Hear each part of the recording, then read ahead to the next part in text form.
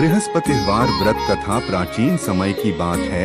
एक बड़ा प्रतापी तथा दानी राजा था। वह प्रत्येक गुरुवार को व्रत रखता एवं पूजा करता था। यह उसकी रानी को अच्छा न लगता। न वह व्रत करती और न ही किसी को एक पैसा दान में देती।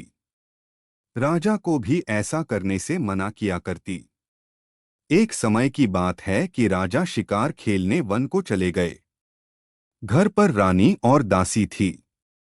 उस समय गुरु बृहस्पति साधु का रूप धारण कर राजा के दरवाजे पर भिक्षा मांगने आए। साधु ने रानी से भिक्षा मांगी तो वह कहने लगी, हे साधु महाराज, मैं इस दान और पुण्य से तंग आ गई हूँ। आप कोई ऐसा उपाय बताए जिससे यह सारा धन नष्ट हो जाए और मैं आराम से रह सकूं। साधु रूपी बृहस्पति देव ने कहा, हे देवी, तुम बड़ी विचित्र हो। संतान और धन से भी कोई दुखी होता है। अगर तुम्हारे पास धन अधिक है तो इसे शुभ कार्यों में लगाओ जिससे तुम्हारे दोनों लोग सुधरें। परंतु साधु की इन बातों से रानी खुश नहीं हुई। उसने कहा, मुझे ऐसे धन की आवश्यकता नहीं जिसे मैं दान दूं तथा जिसको संभालने में ही मेरा सारा समय नष्ट हो जाए। साधु ने कहा, यदि तुम्हारी ऐसी इच्छा है तो जैसा मैं तुम्हें बताता हूं तुम वैसा ही करना।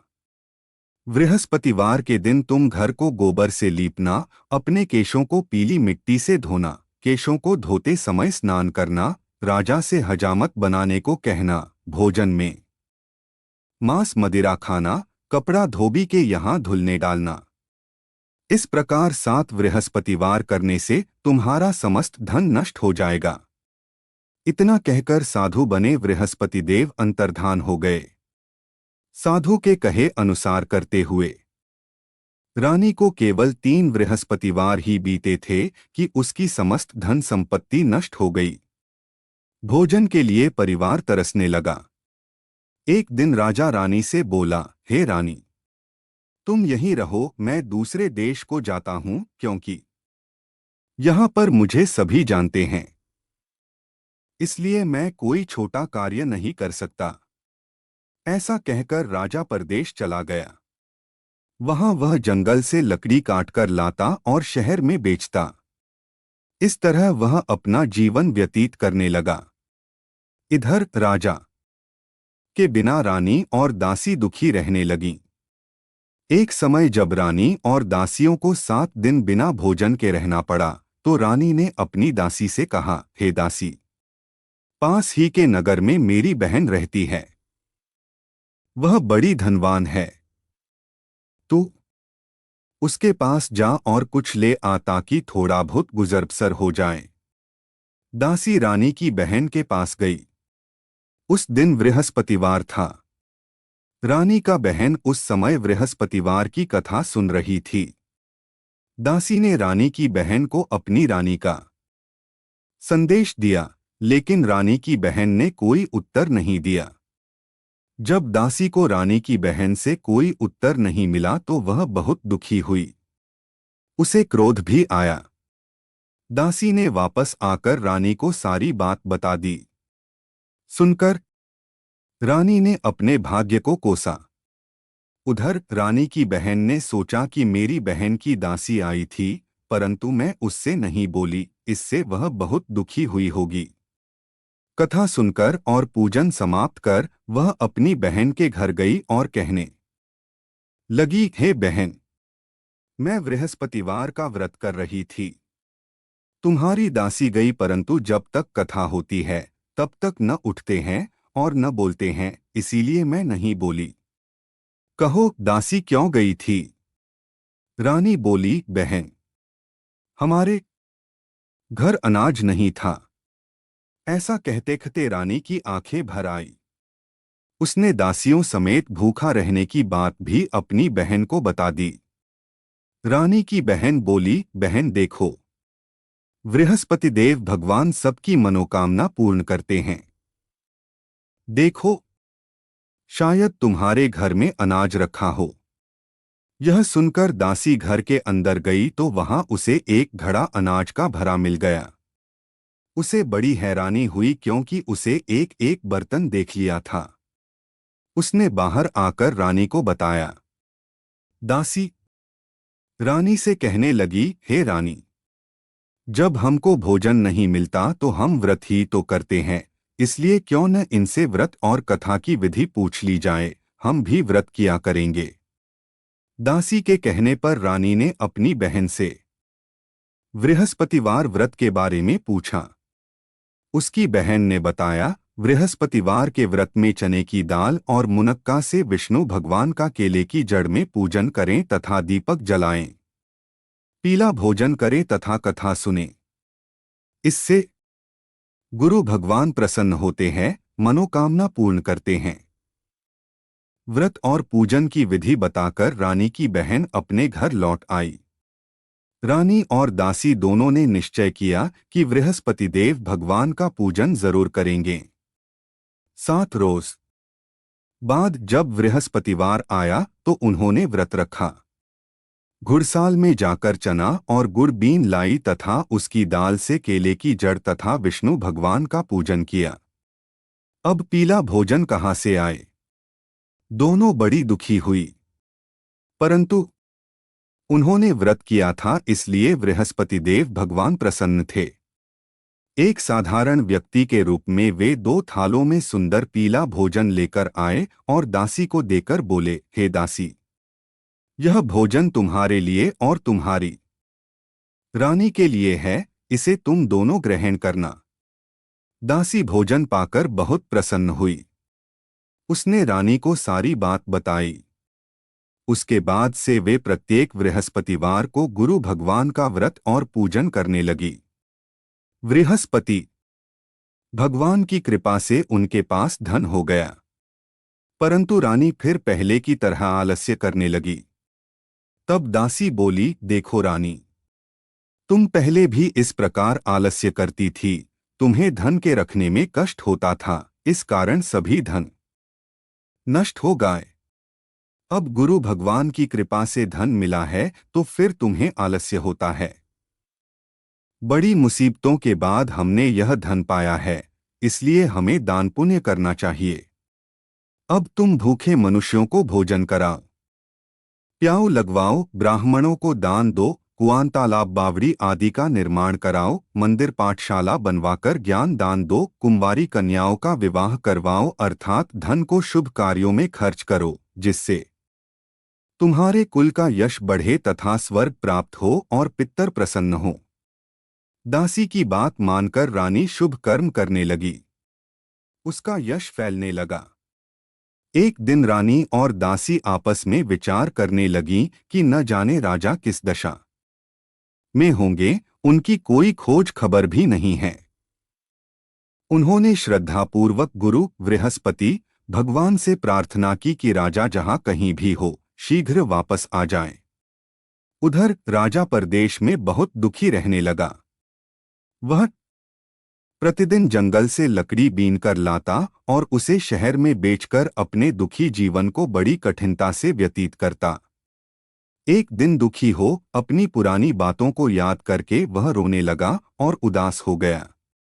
उसी समय राजा के पास बृहस्पति देव साधु के वेश में आकर बोले, हे लकड़हारे, तुम इस सुनसान जंगल में किस चिंता में बैठे हो, मुझे बतलाओ। यह सुन राजा के नेत्रों में जल भर आया। साधु की वंदना कर राजा ने अपनी संपूर्ण कहानी सुना दी।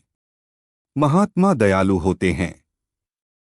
वे राजा से बोले, हे राजा, तुम्हारी पत्नी ने बृहस्पति देव के प्रति अपराध किया था, जिसके कारण तुम्हारी यह दशा हुई। अब तुम चिंता मत करो, भगवान तुम्हें पहले से अधिक धन देंगे। देखो, तुम्हारी पत्नी ने बृहस्पतिवार का व्रत प्रारंभ कर दिया है। अब तुम भी बृहस्पतिवार का व्रत करके चने की दाल व गुड़ जल के लोटे में डालकर केले का पूजन करो। फिर कथा कहो या सुनो। भगवान तुम्हारी सब कामनाओं को पूर्ण करेंगे। साधु की बात सुनकर राजा बोला, हे प्रभु, लकड़ी बेचकर तो इतना पैसा भई नहीं बचता जिससे भोजन के उपरांत कुछ बचा सकूं। मैंने रात्रि में अपनी रानी को व्याकुल देखा है। मेरे पास कोई साधन नहीं जिससे उसका समाचार जान सकूं। फिर मैं कौन सी कहानी कहूं, यह भी मुझको मालूम नहीं है। साधु ने कहा, हे राजा, मन में बृहस्पति भगवान के पूजन व्रत का निश्चय करो। वे स्वयं तुम्हारे लिए कोई राह बना देंगे। बृहस्पतिवार के दिन तुम रोजाना की तरह लकड़ियां लेकर शहर में जाना। तुम्हें रोज से दुगुना धन मिलेगा, जिससे तुम भली भांति भोजन कर लोगे तथा बृहस्पति देव की पूजा का सामान भी आ जाएगा। जो तुमने बृहस्पतिवार की कहानी के बारे में पूछा है, वह इस प्रकार है। बृहस्पति देव की कहानी प्राचीन काल में एक बहुत ही निर्धन ब्राह्मण था। उसके कोई संतान न थी। वह नित्य पूजा पाठ करता। उसकी स्त्री न स्नान करती और न किसी देवता का पूजन करती। इस कारण ब्राह्मण देवता बहुत दुखी रहते थे। भगवान की कृपा से ब्राह्मण के यहाँ एक कन्या उत्पन्न हुई। कन्या बड़ी होने लगी। प्रातः स्नान करके वह भगवान विष्णु का जप करती। बृहस्पतिवार का व्रत भी करने लगी। पूजा पाठ समाप्त कर पाठशाला जाती तो अपनी मुट्ठी में जौ भर के ले जाती और पाठशाला के मार्ग में डालती जाती। लौटते समय वही जौ स्वर्ण के हो जाते तो उनको बीनकर घर ले आती। एक दिन वह बालिका सूप में उन सोने के जौ को फटककर साफ कर रही थी कि तभी उसकी माँ ने देख लिया और कहा कि हे बेटी, सोने के जौ को फटकने के लिए सोने का सूप भी तो होना चाहिए। दूसरे दिन गुरुवार था। कन्या ने व्रत रखा और बृहस्पति देव से सोने का सूप देने की प्रार्थना की। बृहस्पति देव ने उसकी प्रार्थना स्वीकार कर ली। रोजाना की तरह वह कन्या जौ फैलाती हुई पाठशाला चली गई। पाठशाला से लौटकर जब वह जौ बीन रही थी तो बृहस्पति देव की कृपा से उसे सोने का सूप मिला। उसे वह घर ले आई और उससे जौ साफ करने लगी, परंतु उसकी मां का वही ढंग रहा। एक दिन की बात है। कन्या सोने के सूप में जब जौ साफ कर रही थी, उस समय उस नगर का राजकुमार वहां से निकला। कन्या के रूप और कार्य को देखकर वह उस पर मोहित हो गया। राजमहल आकर वह भोजन तथा जल त्याग कर उदास होकर लेट गया। राजा को जब राजकुमार धारा अन्नजल त्यागने का समाचार ज्ञात हुआ तो अपने मंत्रियों के साथ वह अपने पुत्र के पास गया और कारण पूछा। राजकुमार ने राजा को उस लड़की के घर का पता भी बता दिया। मंत्री उस लड़की के घर गया। मंत्री ने ब्राह्मण के समक्ष राजा की ओर से निवेदन किया। कुछ ही दिन बाद ब्राह्मण की कन्या का विवाह राजकुमार के साथ संपन्न हो गया। कन्या के घर से जाते ही ब्राह्मण के घर में पहले की भांति गरीबी का निवास हो गया। एक दिन दुखी होकर ब्राह्मण अपनी पुत्री से मिलने गए। बेटी ने पिता की अवस्था को देखा और अपनी मां का हाल पूछा। ब्राह्मण ने सभी हाल कह सुनाया। कन्या ने बहुत सा धन देकर अपने पिता को विदा कर दिया। लेकिन कुछ दिन बाद फिर वही हाल हो गया। ब्राह्मण फिर अपनी कन्या के यहाँ गया और सभी हाल कहा तो पुत्री बोली, हे पिताजी, आप माताजी को यहाँ लिवा लाओ। मैं उन्हें वह विधि बता दूंगी जिससे गरीबी दूर हो जाए। ब्राह्मण देवता अपनी स्त्री को साथ लेकर अपनी पुत्री के पास राजमहल पहुंचे तो पुत्री अपनी मां को समझाने लगी, हे मां, तुम प्रातःकाल स्नानादि करके विष्णु भगवान का पूजन करो तो सब दरिद्रता दूर हो जाएगी। परंतु उसकी मां ने उसकी एक भी बात नहीं मानी। वह प्रातःकाल उठकर अपनी पुत्री की बची जूठन को खा लेती थी। एक दिन उसकी पुत्री को बहुत गुस्सा आया। उसने अपनी मां को एक कोठरी में बंद कर दिया। प्रातः उसे स्नानादि करा के पूजा पाठ करवाया तो उसकी मां की बुद्धि ठीक हो गई। इसके बाद वह नियम से पूजा पाठ करने लगी और प्रत्येक बृहस्पतिवार को व्रत करने लगी। इस व्रत के प्रभाव से मृत्यु के बाद वह स्वर्ग को गई। वह ब्राह्मण भी सुखपूर्वक इस लोक का सुख भोग कर स्वर्ग को प्राप्त हुआ।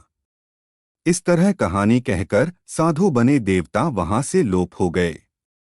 धीरे धीरे समय व्यतीत होने पर फिर बृहस्पतिवार का दिन आया। राजा जंगल से लकड़ी काटकर शहर में बेचने गया। उसे उस दिन और दिनों से अधिक धन मिला। राजा ने चना गुड़ आदि लाकर बृहस्पतिवार का व्रत किया। उस दिन से उसके सभी क्लेश दूर हुए। परंतु जब अगले गुरुवार का दिन आया तो वह बृहस्पतिवार का व्रत करना भूल गया। इस कारण बृहस्पति भगवान नाराज हो गए। उस दिन उस नगर के राजा ने विशाल यज्ञ का आयोजन किया था तथा अपने समस्त राज्य में घोषणा करवा दी कि सभी मेरे यहाँ भोजन करने आवें। किसी के घर चूल्हा न जले।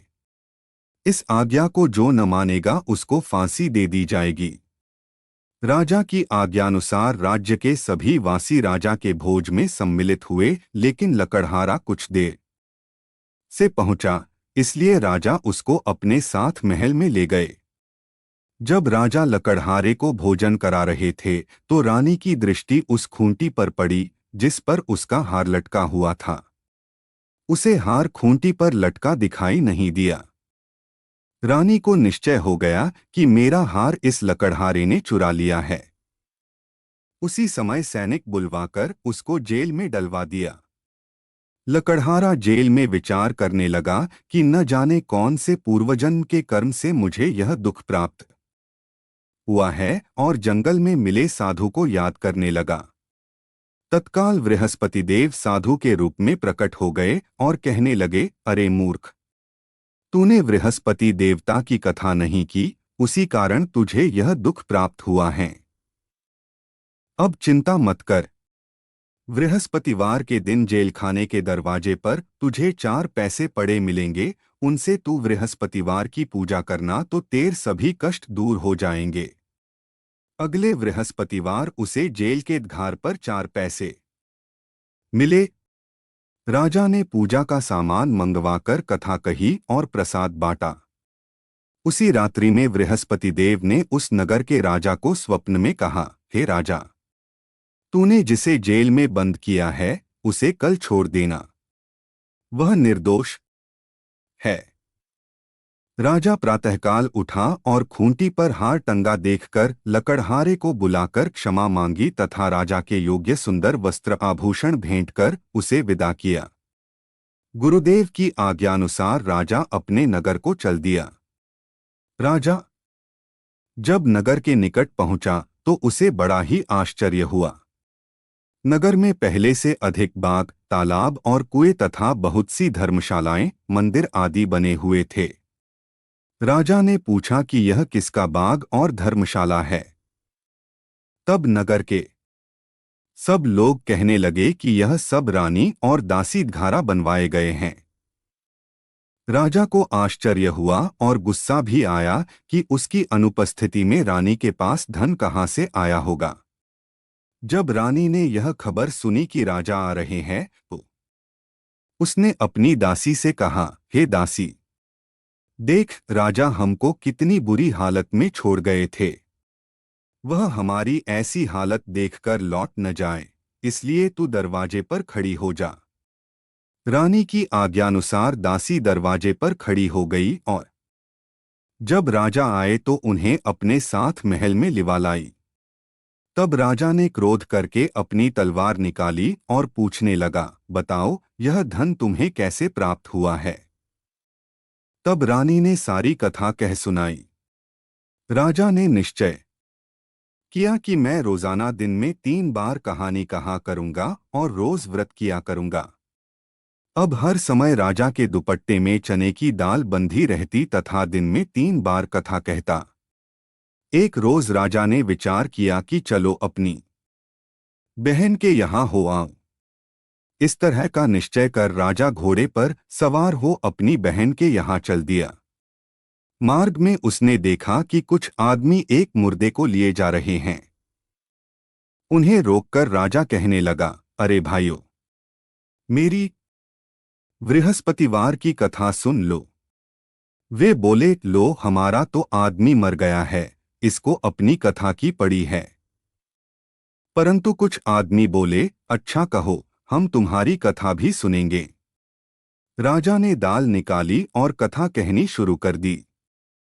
जब कथा आधी हुई तो मुर्दा हिलने लगा और जब कथा समाप्त हुई तो राम राम करके वह मुर्दा खड़ा हो गया। राजा आगे बढ़ा। उसे चलते चलते शाम हो गई। आगे मार्ग में उसे एक किसान खेत में हल चलाता मिला। राजा ने उससे कथा सुनने का आग्रह किया, लेकिन वह नहीं माना।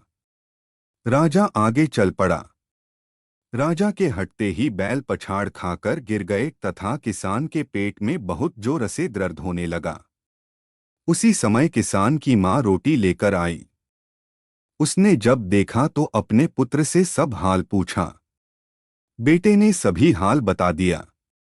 बुढ़िया दौड़ दौड़ी उस घुड़सवार के पास पहुंची और उससे बोली, मैं तेरी कथा सुनूंगी, तू अपनी कथा मेरे खेत पर ही चलकर कहना। राजा ने लौटकर बुढ़िया के खेत पर जाकर कथा कही, जिसके सुनते ही बैल खड़े हो गए तथा किसान के पेट का दर्द भी बंद हो गया। राजा अपनी बहन के घर पहुंच गया। बहन ने भाई की खूब मेहमानी की। दूसरे रोज प्रातःकाल राजा जागा तो वह देखने लगा कि सब लोग भोजन कर रहे हैं। राजा ने अपनी बहन से जब पूछा, ऐसा कोई मनुष्य है जिसने भोजन नहीं किया हो, जो मेरी बृहस्पतिवार की कथा सुन ले। बहन बोली, हे भैया, यह देश ऐसा ही है। यहाँ लोग पहले भोजन करते हैं, बाद में कोई अन्य काम करते हैं। फिर वह एक कुम्हार के घर गई जिसका लड़का बीमार था। उसे मालूम हुआ कि उसके यहाँ 3 दिन से किसी ने भोजन नहीं किया है। रानी ने अपने भाई की कथा सुनने के लिए कुम्हार से कहा। वह तैयार हो गया। राजा ने जाकर बृहस्पतिवार की कथा कही, जिसको सुनकर उसका लड़का ठीक हो गया। अब तो राजा को प्रशंसा होने लगी। एक दिन राजा ने अपनी बहन से कहा, हे बहन, मैं अब अपने घर जाऊंगा, तुम भी तैयार हो जाओ। राजा की बहन ने अपनी सास से अपने भाई के साथ जाने की आज्ञा मांगी। सास बोली, हाँ चली जा, मगर अपने लड़कों को मत ले जाना, क्योंकि तेरे भाई के कोई संतान नहीं होती है। बहन ने अपने भाई से कहा, हे भैया, मैं तो चलूंगी मगर कोई बालक नहीं जाएगा। अपनी बहन को भी छोड़कर दुखी मन से राजा अपने नगर को लौट आया। राजा ने अपनी रानी से सारी कथा बताई और बिना भोजन किए वह शैया पर लेट गया। रानी बोली, हे प्रभु, बृहस्पति देव ने हमें सब कुछ दिया है, वे हमें संतान अवश्य देंगे। उसी रात बृहस्पति देव ने राजा को स्वप्न में कहा, हे राजा, उठ, सभी सोच त्याग दे, तेरी रानी गर्भवती है। राजा को यह जानकर बड़ी खुशी हुई। 9वें महीने रानी के गर्भ से एक सुंदर पुत्र पैदा हुआ। तब राजा बोला, हे रानी, स्त्री बिना भोजन के रह सकती है, परंतु बिना कहे नहीं रह सकती। जब मेरी बहन आए तो तुम उससे कुछ मत कहना। रानी ने हाँ कर दी। जब राजा की बहन ने यह शुभ समाचार सुना तो वह बहुत खुश हुई तथा बधाई लेकर अपने भाई के यहाँ आई। रानी ने तब उसे आने का उलाहना दिया। जब भाई अपने साथ ला रहे थे तब टाल गई, उनके साथ न आई और आज अपने आप ही भागी भागी बिना बुलाए आ गई। तो राजा की बहन बोली, भाई, मैं इस प्रकार न कहती तो तुम्हारे घर औलाद कैसे होती। बृहस्पति देव सभी कामनाएं पूर्ण करते हैं। जो सद्भावना पूर्वक बृहस्पतिवार का व्रत करता है एवं कथा पढ़ता है अथवा सुनता है और दूसरों को सुनाता है, बृहस्पति देव उसकी सभी मनोकामनाएं पूर्ण करते हैं, उनकी सदैव रक्षा करते हैं। जो संसार में सद्भावना से गुरुदेव का पूजन एवं व्रत सच्चे हृदय से करते हैं, उनकी सभी मनोकामनाएं वैसे ही पूर्ण होती है जैसी सच्ची भावना से रानी और राजा ने बृहस्पति देव की कथा का गुणगान किया तो उनकी सभी इच्छाएं बृहस्पति देव जी ने पूर्ण की। अनजाने में भी बृहस्पति देव की उपेक्षा न करें। ऐसा करने से सुख शांति नष्ट हो जाती है। इसलिए सबको कथा सुनने के बाद प्रसाद लेकर जाना चाहिए। हृदय से उनका मनन करते हुए जयकारा बोलना चाहिए।